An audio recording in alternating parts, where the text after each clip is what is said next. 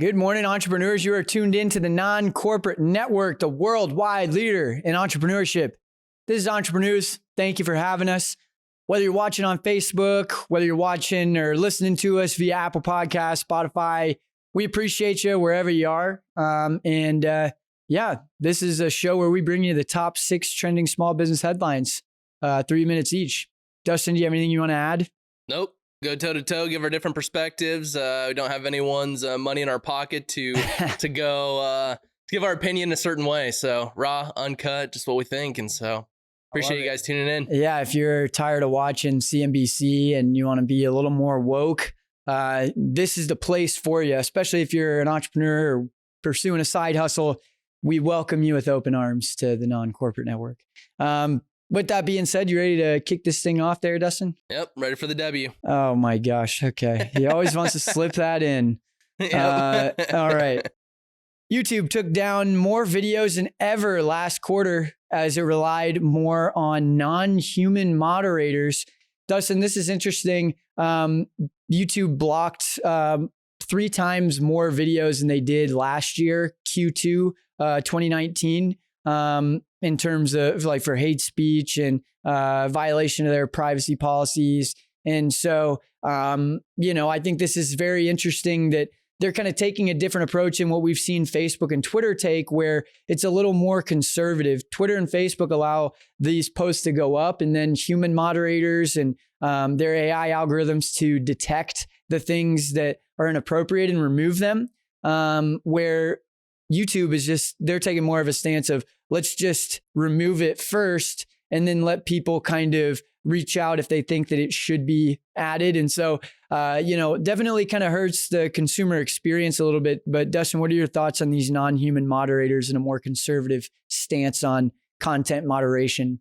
Yeah, no, they're taking definitely a more proactive approach. I think it's definitely different than Facebook, Twitter, and all that. But they're protecting themselves. I mean, there's more and more talks of Congress talking about the platform's going to be held liable if there's anything negative or bad or false or whatever that may be that is said. Essentially, the person posting isn't liable. The company's going to be liable. So, I mean, in a year or two, it could be saving them hundreds of millions of dollars. Right. I mean, sure, it's not fun for the user to be posting, but at the end of the day, it's free. Right. You're getting your content out for free. I mean, try going to NBC and saying, "Hey, can you show my video?" Like, they're going to give you a no. So, I mean, that's the cost of wanting your content out there, ready for the world to see.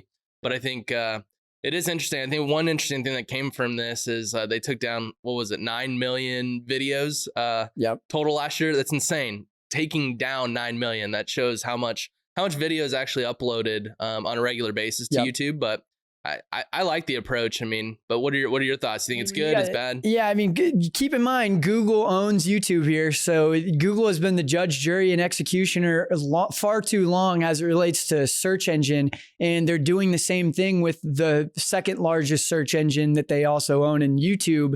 And so I think that, these policies of kind of an iron fist approach to content moderation where we don't hire more people and use our algorithms that are already kind of corrupt and people are already up in arms about it, that tells me that, we need some kind of third-party governing body. That's been the conversation with Facebook. And so while I can appreciate this more conservative approach, it's not as much about helping the consumer. It's actually hurting the consumer. They're having to go and resubmit their videos just to get their voice heard. And it's protecting Google, like you mentioned. And so I just think this iron fist content moderation is not what we set out to do. New revenue line. You can pay $10 a month to have expedited approvals. That's there you go. Yeah, well, I wouldn't put it past them. That's for sure.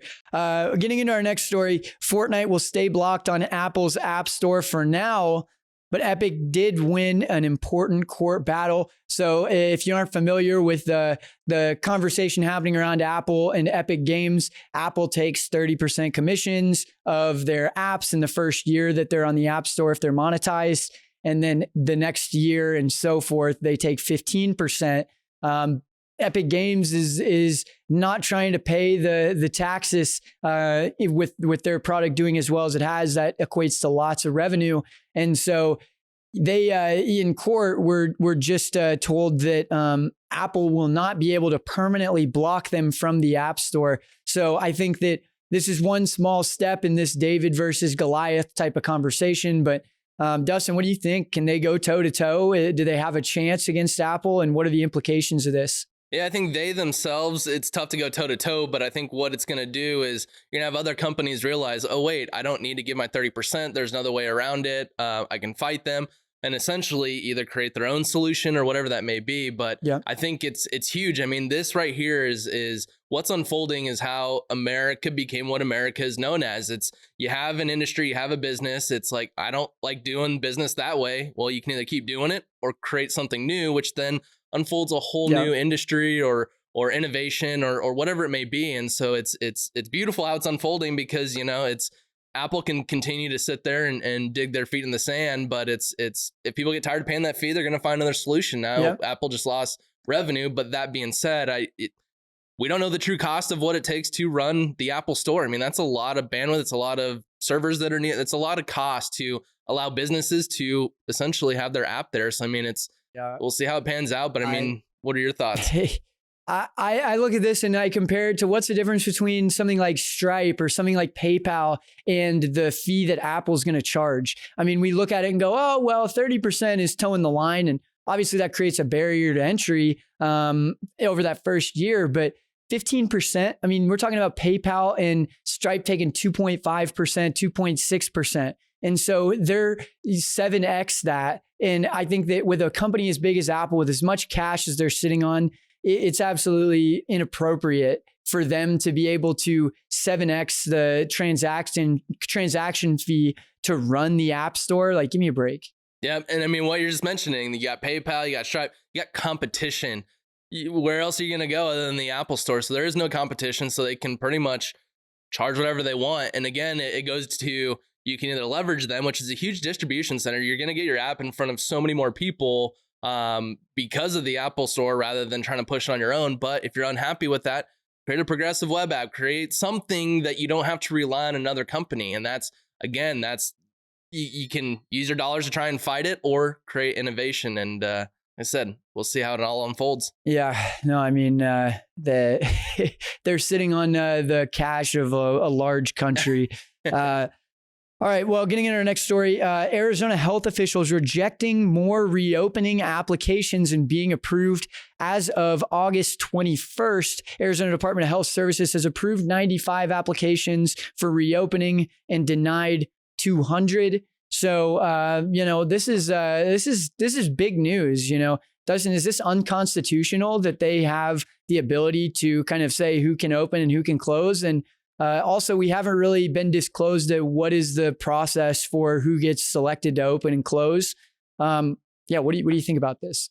Communist China. That's what it sounds like. It's you got to stand in line and say, I got a business. Are you going to let me open or not? And it's I think the government should be focusing more on citizen health, maybe getting people to wear masks. I mean, enforcing that, prevent the spread from happening. Right now, I mean, it's why should the business be punished and why should my competitor be allowed to be open and I can't just because you as a government decide I can either operate or not operate? I mean, that's this country is founded on being able to have that opportunity to run the pursuit of happiness, and you're not allowing that to happen. You're not allowing the pursuit of happiness to happen if you're allowing me to not be able to run my business. I mean, it's tough. I mean, and that you bring up a good point around this whole idea of they're not like the government is not being proactive in assisting in businesses being open ready, and if it's going to be something where we're worried about the spread, they should be distributing thermometers and things of that nature. If they're going to mandate closures, there needs to be specific specifications that can be met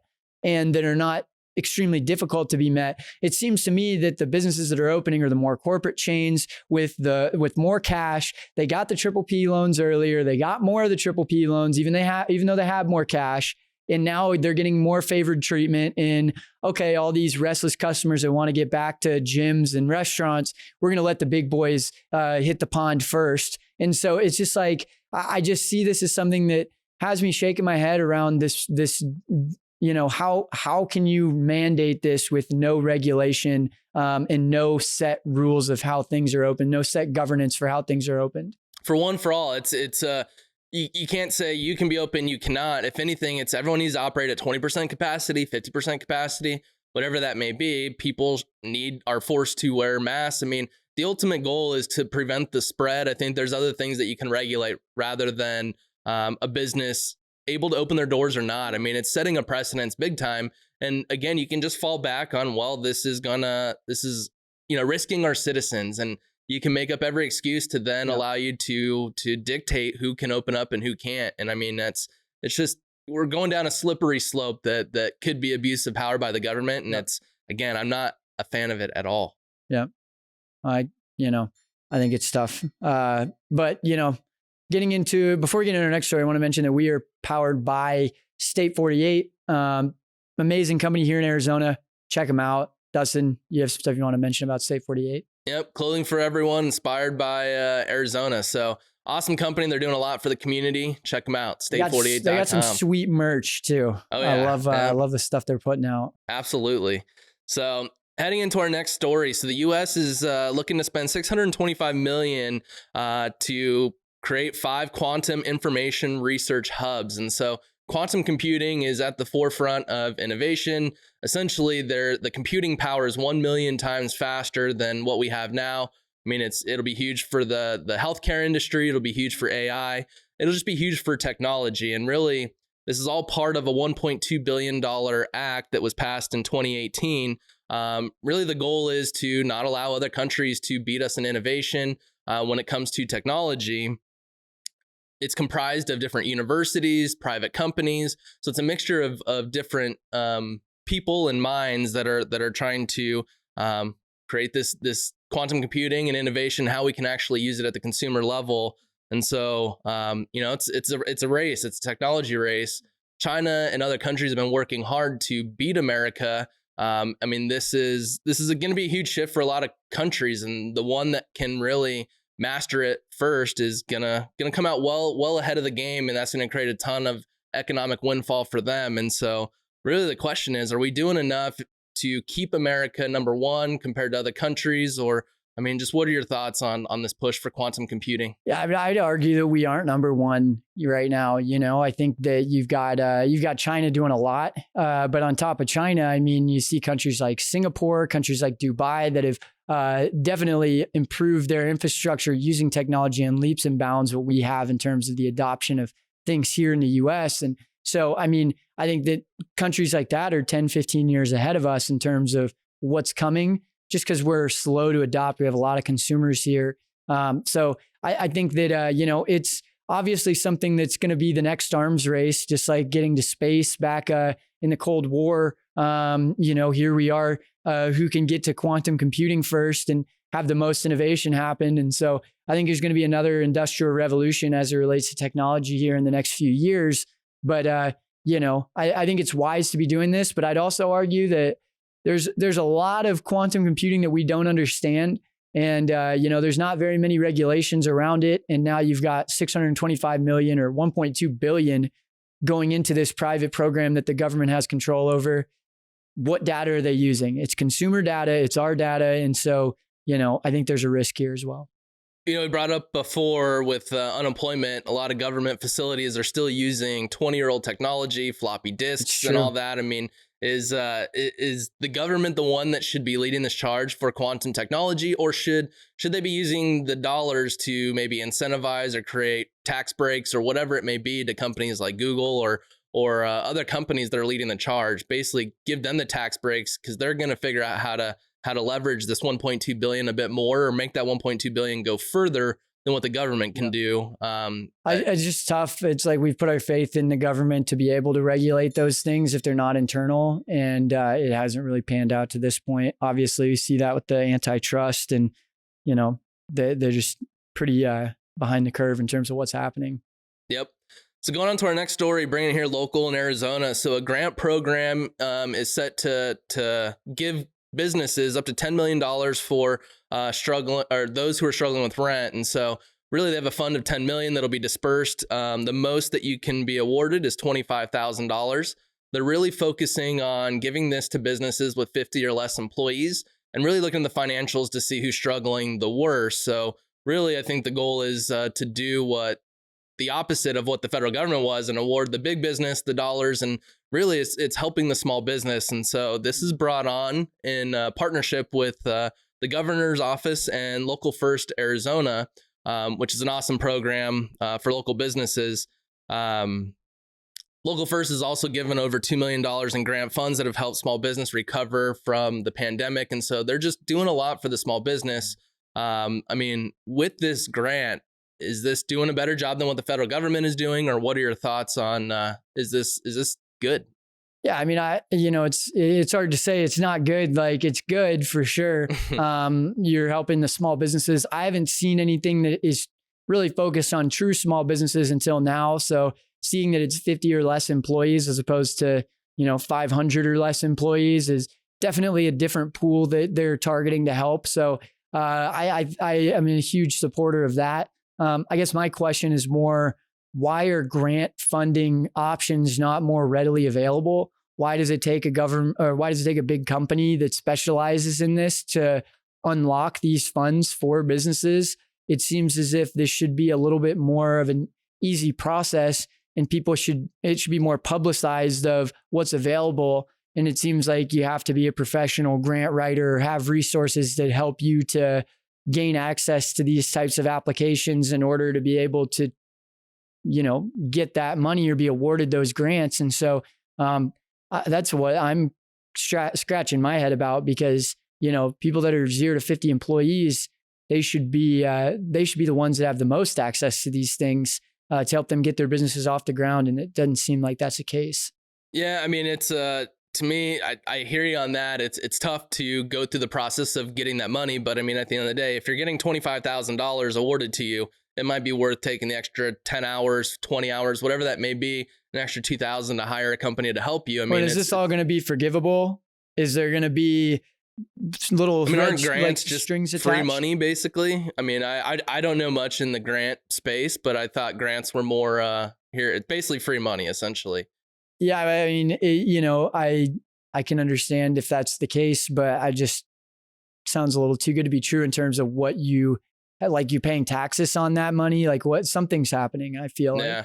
And even if you do, I mean, if you get 25,000 at the end, it costs you 3,000 to get it and 2,000 in taxes, you're still up 20 grand, which could help a lot of small businesses. I hear you. I don't think that that's going to hurt small business. I just wonder why these things aren't easier to access unless you have to go through local Arizona, but yep. Can't be just dropping money bags in front of people's doors. Got to have some type of process. Yeah, but that's true. On to our next story. So Best Buy is going to experiment turning 25% of their stores, or 250 stores, into more of a distribution hub.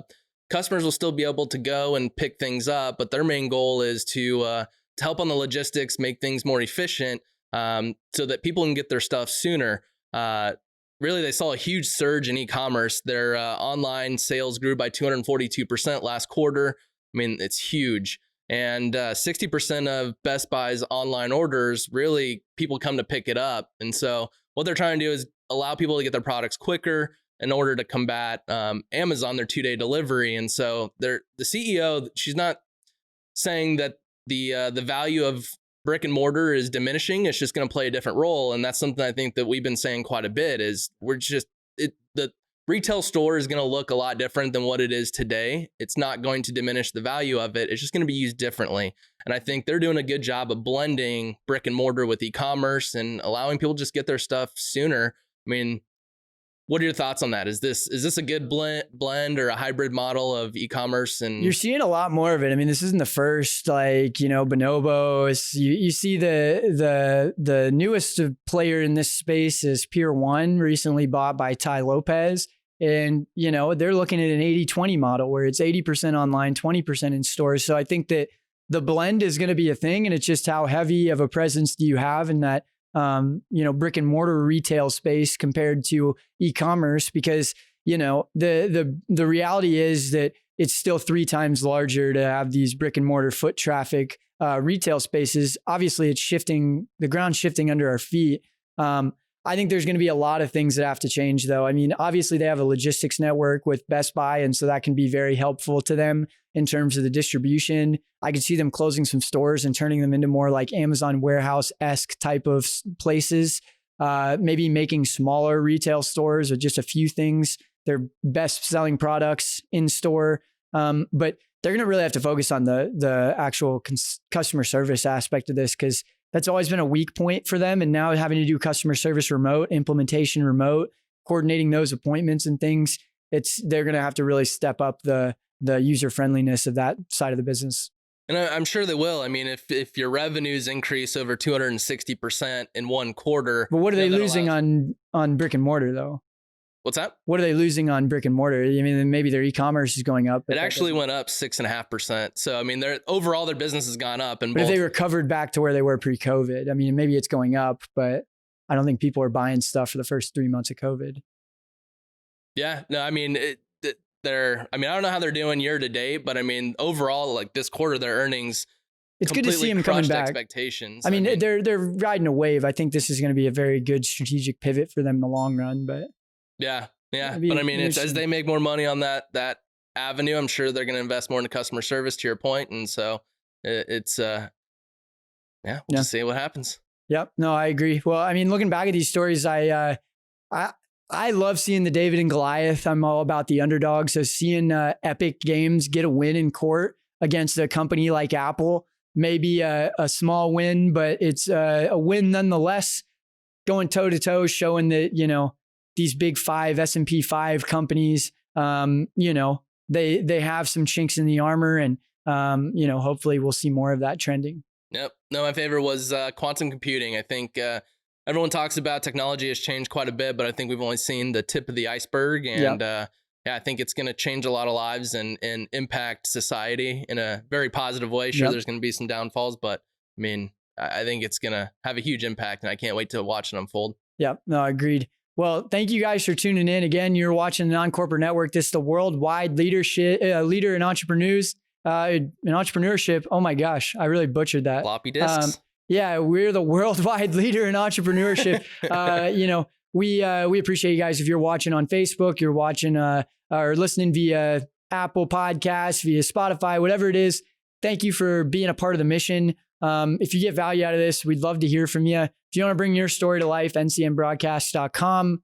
Dustin, do you have anything you want to mention? No, appreciate you guys listening on podcasts. I mean, been looking at the numbers, and it took us, 100 days or a couple months to get to 100, took 3 months to get to 100 even listens. And then, we got to 200 in less than 3 days. So hopefully people are listening more. Appreciate it. Yeah. No, we're on the come up. So thanks for being with us. And hopefully we're helping you stay woke in the mornings. And we'll be back again on Friday with some more stories.